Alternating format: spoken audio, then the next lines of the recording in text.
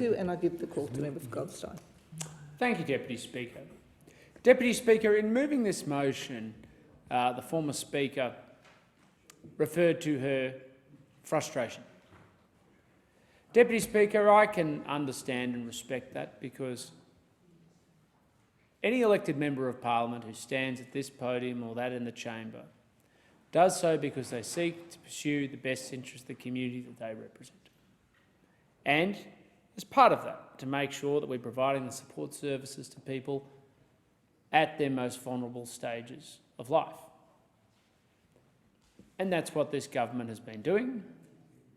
And the frustration that I and others feel is that after committing billions of dollars of extra home care towards extra home care packages, and we have, including in the last budget, to make sure that all senior Australians at vulnerable stage of life get the support and care that we need, that we come in to this chamber and have an opposition member move a motion when at the last election she ran on a platform of providing exactly $0.0 for extra home care packages in Australia. And let's think about that, because this now goes to an issue of trust. When it comes down to who Australians trust to provide the support and assistance that they need, we know it isn't the opposition. Now, this is not a partisan attack, a non-objective partisan attack, but it is a criticism of the honesty that sits behind this debate. We have done so much to reform aged care and provide the support and assistance people need at different gradations of their health and well-being associated with their ageing. We've made sure that people are in a situation, if they're aged care, that there is sufficient funding to make sure that people can get places. And that's particularly challenging, Deputy Speaker, because, of course, the number of people who are staying in their homes is growing, and for longer periods. So those who are going to residential aged care need support at a more acute level, particularly around issues and the rising rates of dementia for those who are seeking support. Now, one of the reasons that people are able to stay in their homes longer, not just out of wish or ambition, is because of the support services that the taxpayer, through the Commonwealth, funds to support people being able to do so. And this government has invested $2.2 billion to address the wait list for home care packages. Now, no one's trying to pretend there isn't more work to be done. There is, because the enormous amount of people who are increasingly staying in their homes longer and in need of support. But the reality, Deputy Speaker, is there is only one way that we can make sure that we meet that expectation and that challenge, and it's to have a strong economy. So we have the tax revenue, so that we can make sure that we can fund the ongoing services.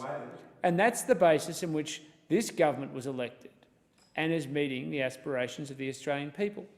And, Deputy Speaker, you compare that to the alternative approach of the opposition of going to an election with $0.0 of extra commitments, and it starts to show very clearly why some of us find such motions frustrating.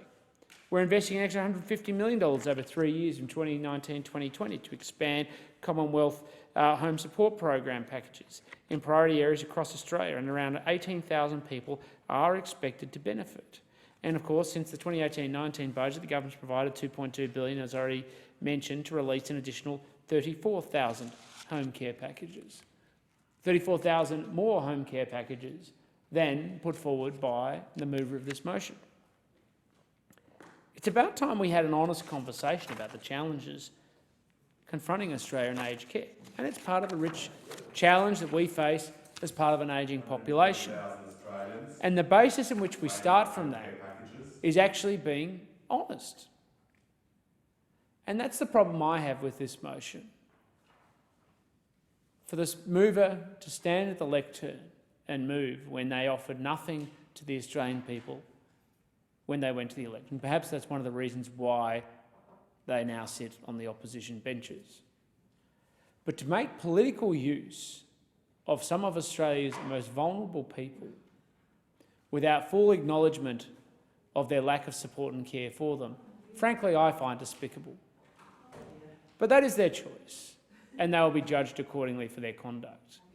I think what we should focus on as a parliament is continuing to bring people together to support the government's program to support the home care package that Australians so desperately need. The question